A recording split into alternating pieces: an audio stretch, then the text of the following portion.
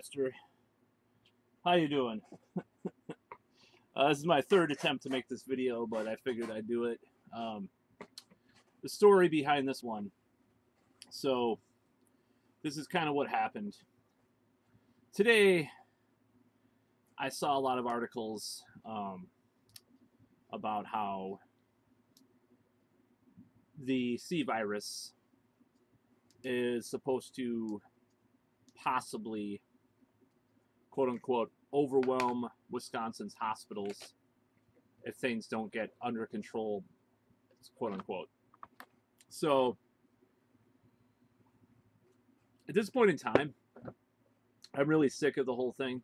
I'm sick of the virus stuff. Trying to stay away from it as much as possible. But for a few minutes there, I was like, almost starting to see like the idea of lockdowns and masks and all that stuff. And like, I'm like, oh my God, maybe we do need that, blah, blah, blah.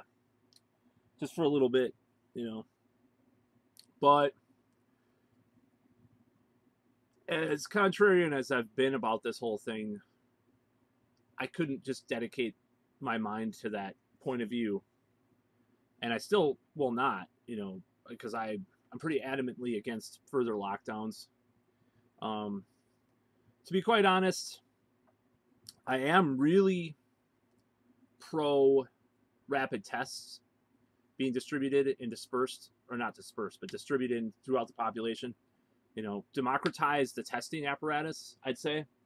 That would be an immediate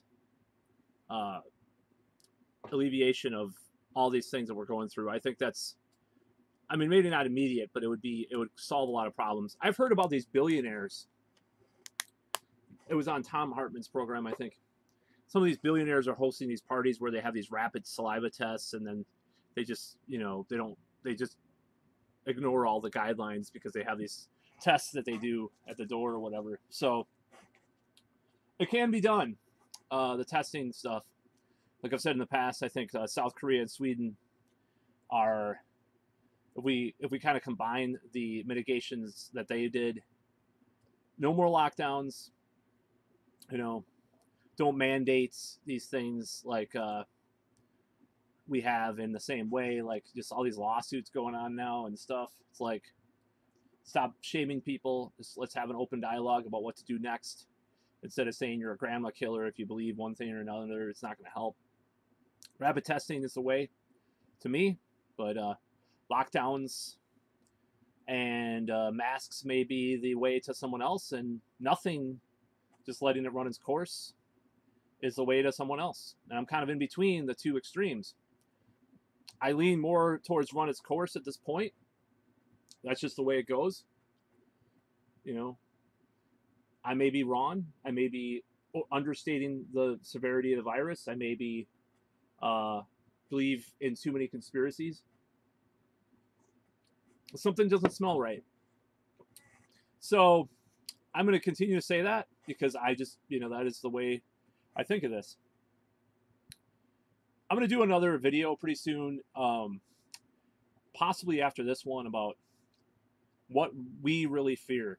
And that's kind of like what this is really all about, as far as why some people are so afraid of what's going on with the governments of the world right now with regards to this virus. So I may do that next. But first of all, this got me thinking. So I saw these headlines.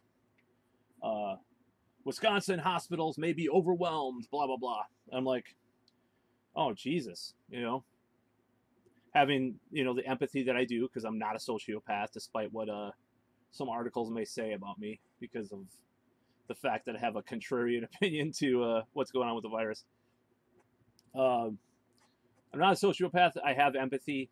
I don't want hospitals to be overwhelmed. But I'm like, hey, were hospitals ever overwhelmed for the flu? And if so, and of course, recently, like, the last, not in 1918, but, in the recent, like, 20, 30 years. So this is what I did. I typed into Google, flu overwhelms hospitals. And this is what I found. This is pretty damn. I was just like, damn, really? And I know, the excess deaths of 2018 were, in the last like 3 or 4 years were creeping up there to where the current crisis that we're in, virus, is now. If you look at the CDC website. Now, you always have to look at the numbers. See, the people that are in charge, like the CD. I mean, okay, I know I've bashed the CDC in the past, and I don't think they have enough transparency, or, they don't really explain themselves enough. Neither they do, nor a certain Italian epidemiologist. Neither one explains themselves, right? So that said, a lot of their numbers are correct as far as like, yeah, I mean, I believe the death totals. Well, it depends on your point of view. Like I've pointed out in previous videos, they changed their guidelines for classifying. So they never explained it. If they explained it in a coherent and cohesive way, I would be like, okay, I understand why they didn't do that before and they're doing it now. They didn't. So the lack of transparency and lack of communication from this particular administration is appalling as far as the crisis goes. And I'm not just talking about Trump. I'm talking about everybody that's in the response team to this, and the all the governmental agencies from the WHO on down. So this is what I saw. This is really interesting. Hospitals overwhelmed by flu patients. This is a really interesting article.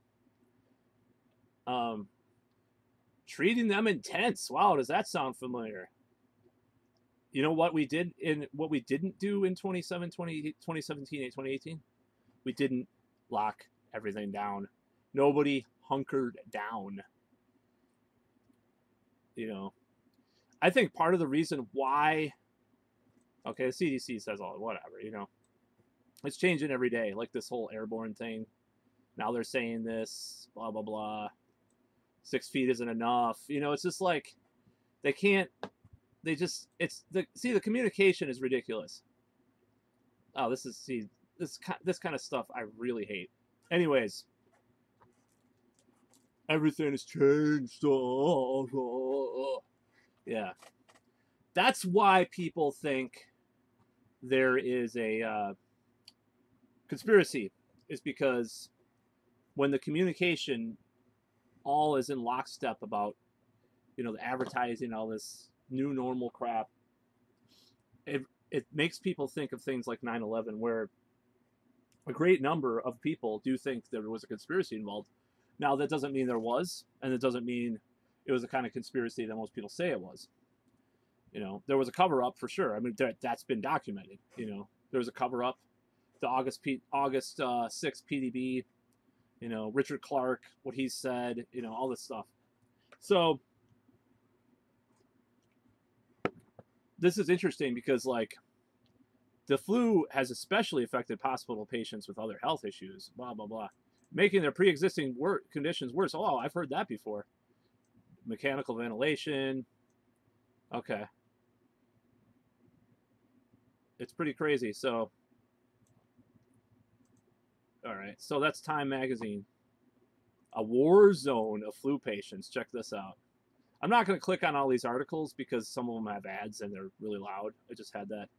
Look at all this stuff. Okay, that was modern. But this is 2018. This is today. Not today. It was 6 days ago. And they would for a major. Let's see. This is really interesting stuff. Look at this. 2018.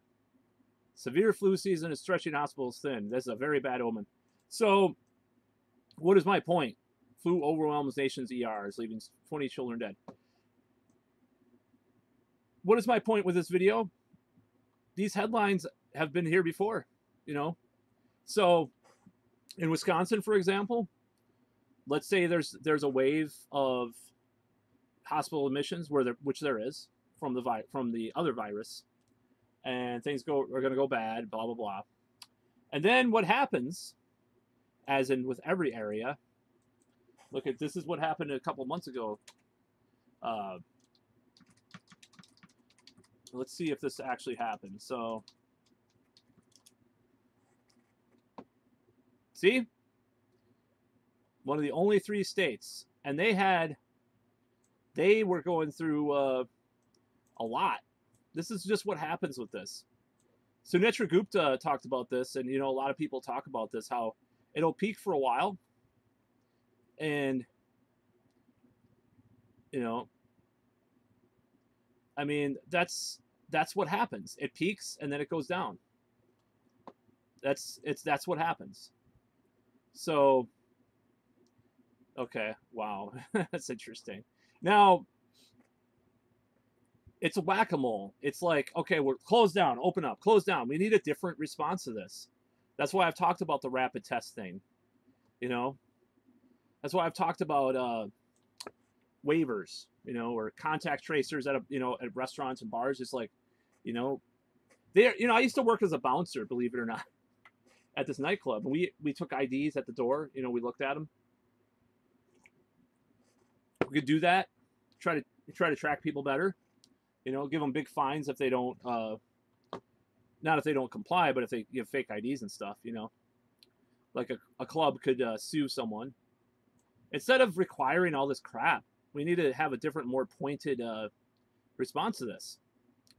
So, and people are going to say, oh, Texas and Florida, they're making up the numbers, blah, blah, blah, whatever. They're going to say all sorts of stuff. And then the other side's going to say, oh, they're making up the number. The Republicans will say, oh, Wisconsin's making up numbers, and they'll point out to some anomaly in the way the cases are counted the last couple weeks or something. It's just an endless back and forth, That's why we just need something new with this whole thing. We need an out-of-the-box solution, Do I think it should run its course? Like some people I do, some people I know believe that. Other people I've known, well, one guy that used to role play with my role-playing group, he quit. He's probably a lockdowner.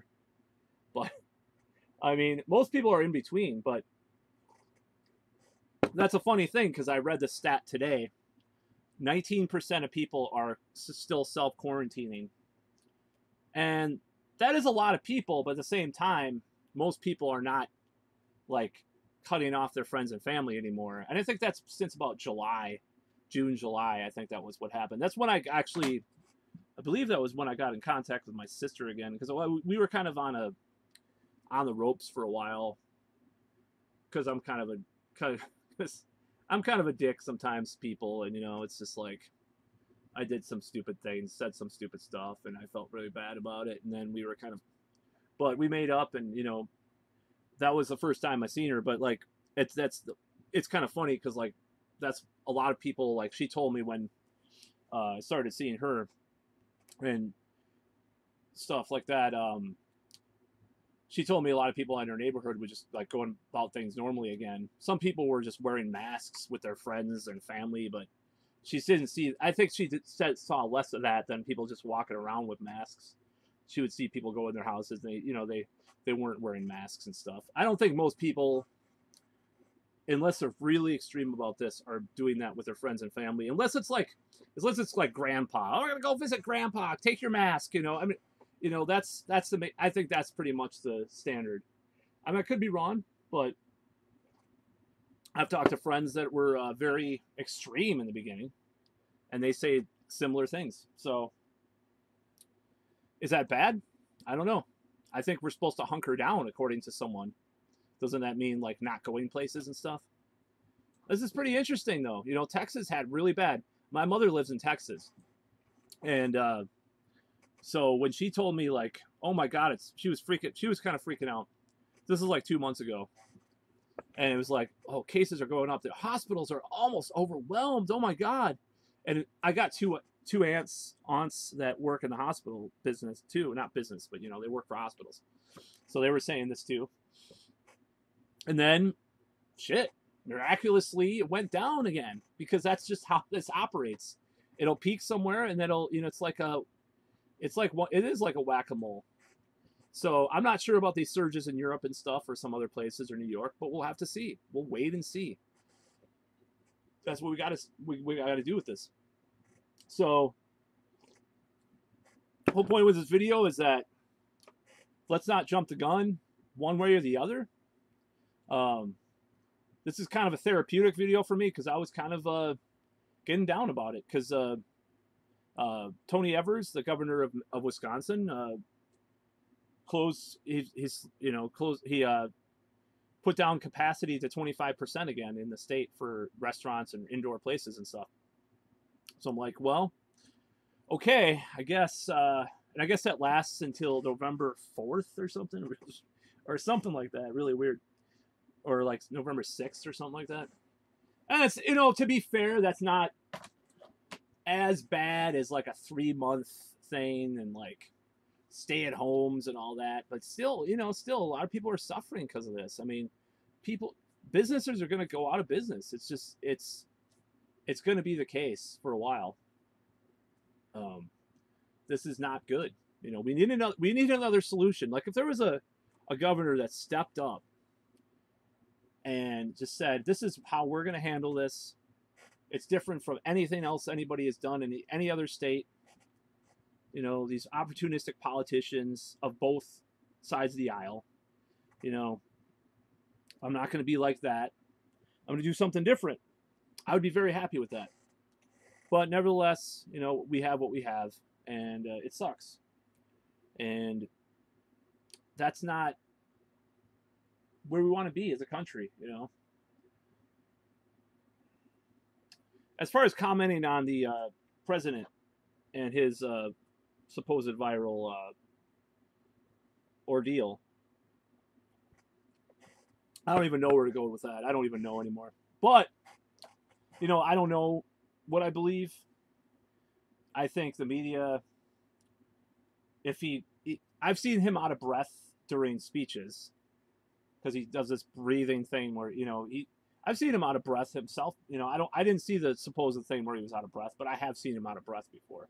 So, or where he breathes weird, like people thought he was on like Adderall or something because he's sniffling all weird one time and all this stuff. And, there's all these theories about that and drugs and speed and all this shit with the president. Could they be true? Possibly. But they're probably just as likely as true as the whole rumor that he was breathing weird because of the C virus. I mean, we don't know. That's just a rumor. That's just hearsay. We don't know. He could very well have never gotten it and just did this as a political play. I mean, you never know. I mean, if it was, I'm not voting for the guy. I'm probably not going to vote at this point, actually. But if that's what happened, then that was pretty hilarious political move, because if he comes out, nobody on his staff dies or has any serious conditions. Let's just say this happened hypothetically, a little thought experiment. People all these people get diagnosed on his staff. Nobody dies. Nobody gets sick that bad. Like just like, for example, like, the whole heart, I forgot what the term is, but this like inflammation of the heart has been debunked by major doctors now. And for, we have this lawn haul thing. That's the one thing that kind of freaks me out is the lawn haul stuff. The infamous Alyssa Milano video, which is just totally ridiculous. Just the way that she made it was just so dumb. It doesn't mean that it doesn't exist. I'm just the lawn haul thing, but it's just the way that video was. It was just like I wanted to.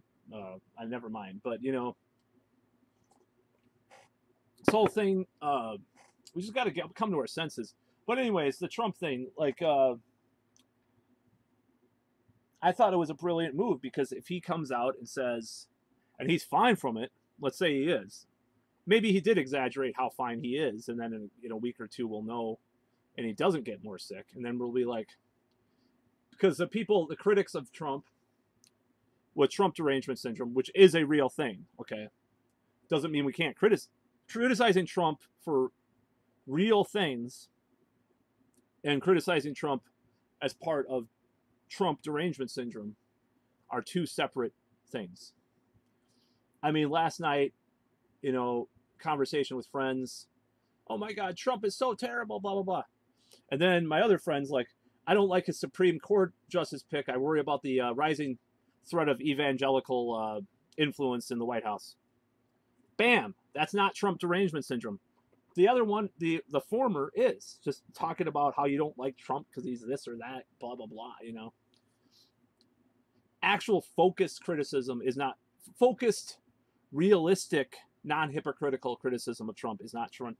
It's not Trump derangement syndrome, but the media is full of quote unquote Trump derangement syndrome, which is a real thing, in my opinion.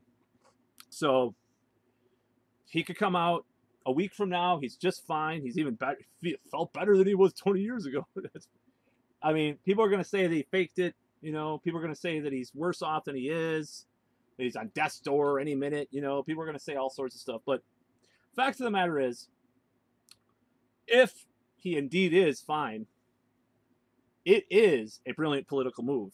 You've got to say, because it's like this double-edged sword. It's like, well, he had the virus, so he knows about the virus, quote unquote. And it's like you can't, you know, you have to have this sympathy for him now. Like, I don't have the sympathy for him. I'm just saying, like, the general public or the media or his rivals will sort of have this sympathy for him, half-assed, because they have to have sympathy for all the victims of the virus, you know, because it's like their fucking smug virtue signal thing. And but at the same time, they can like say, oh, well, like the whole thing with the Secret Service, it's just like, come on. So ridiculous. Like, you don't know what precautions were taken. I mean, how do you, you know, it's like, does he have to be in a bubble and go, you know, to go outside? I mean, he was in the, you know, hermetically sealed van of the Secret Service. I don't know all the details about that, okay? But who knows, right? He could have exposed his Secret Service people to that. I don't know. I mean, the fact of the matter is, this virus is endemic, more than likely. It may not go anywhere. We can't live like this forever. There's no new normal. That's a fucking pack of lies. If that is the thing, then that is a fucking conspiracy. I'm sorry. There is something wrong with that. So, but there isn't, because you know what? It will end. It will end. No, people will not put up with their freedoms and their limit, you know, lives being restricted forever.